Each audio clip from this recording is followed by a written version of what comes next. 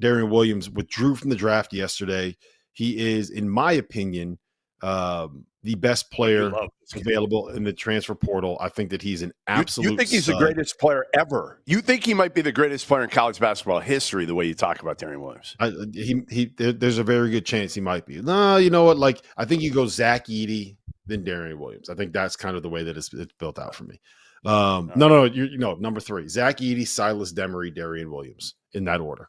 But in my opinion, I think he is best suited to playing next to another ball dominant guy. I think the best fit for him is at Kansas. Now, my opinion could change a little bit if a young man by the name of PJ Haggerty happens to commit someplace else. So what can you tell us about Darrion Williams? What can you tell us about the way that this is kind of shaken out? And do you have any insight there, boots on the ground at NC State? What is happening with the way that roster build is going? Yeah, I mean, obviously, NC State would love to get Darrion Williams. He's a guy that would fit in with what they have and what they like to have, which is PJ Haggerty coming in, the transfer from Memphis. That would give Will Wade a really, really good, perimeter trio, right? I mean, when you look at what he's been able to build so far, you look at this roster. If he brings in PJ Haggerty, you say to yourself, Rob, like, okay, you know what? They're going to have a chance to flip this thing pretty quickly and be an NCAA tournament team right away. You got Trey Holloman, PJ Haggerty, and then if you add Darrion Williams to, Breed and Copeland and Arsenault, who I think is an X-factor guy, they got enough. Up front, we'll see. That's still a little bit questionable, but if they've got enough perimeter players, Will doesn't need a ton up front in terms of scoring.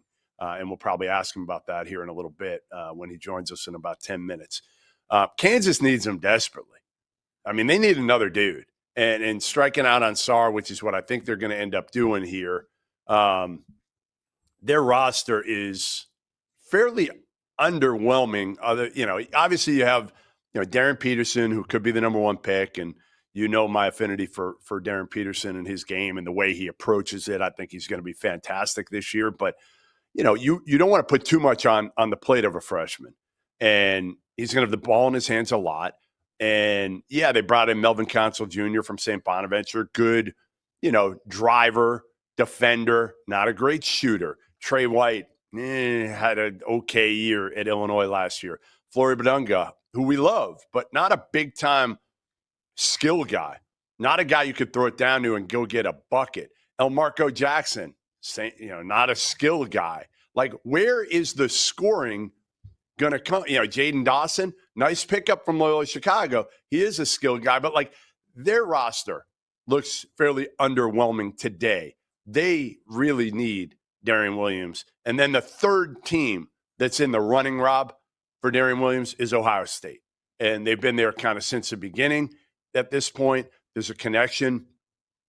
He played high school ball, I think, with Janiah Mobley, the shooter from Ohio State. So there is a little bit of a connection there. But I would expect it to come down to Kansas and NC State, but we'll see. Yeah, when it comes to Kansas, that roster is once again pretty underwhelming. Yeah, when it comes to a Kansas roster. Now, I do think that there is an argument to be made that putting Darren Peterson with Flory Badunga and a bunch of guys that can kind of be versatile perimeter pieces makes a lot of sense in theory, right? But I think that you needed more shooters when you did that.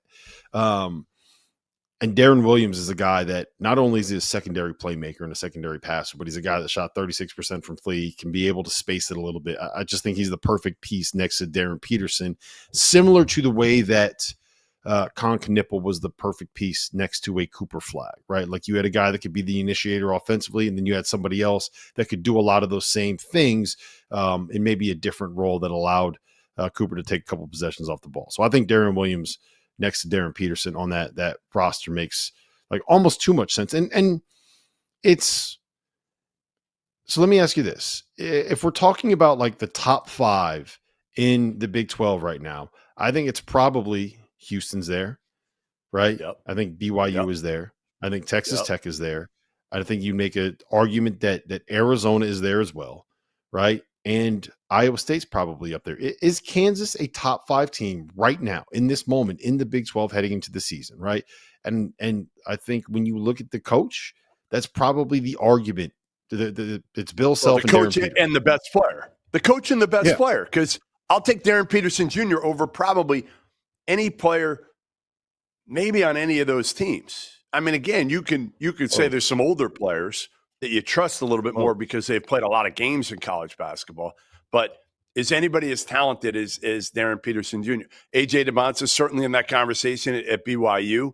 But, to me, again, I think when you have that coach and that player, I'm not going to be dumb enough not to put him in the top 5. But without Darrion Williams changes the complete outlook to me for Kansas or NC State or Ohio State.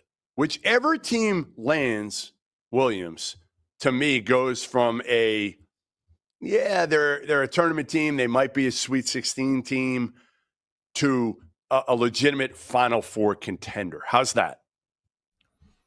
I don't disagree with that at all. I agree with that. I am driving the Darrion Williams hype train. So I think we got to get him on. is After he makes his announcement, we have to get him on. Just so he should announce with us. He should announce with us. Maybe you should get I'm going to invoice him. Here's what I'm going to do. I'm going to invoice him 1% of whatever his NIL is going to be, because I think that I've driven it up by at least 50% for what his offers. I'm taking all the credit for it. It has nothing to do with this. The work that he's put in throughout his life, getting better, the shots that he's made, getting himself in shape, taking the leap from Nevada and going to Texas Tech and executing. All of this money, it's all me. It's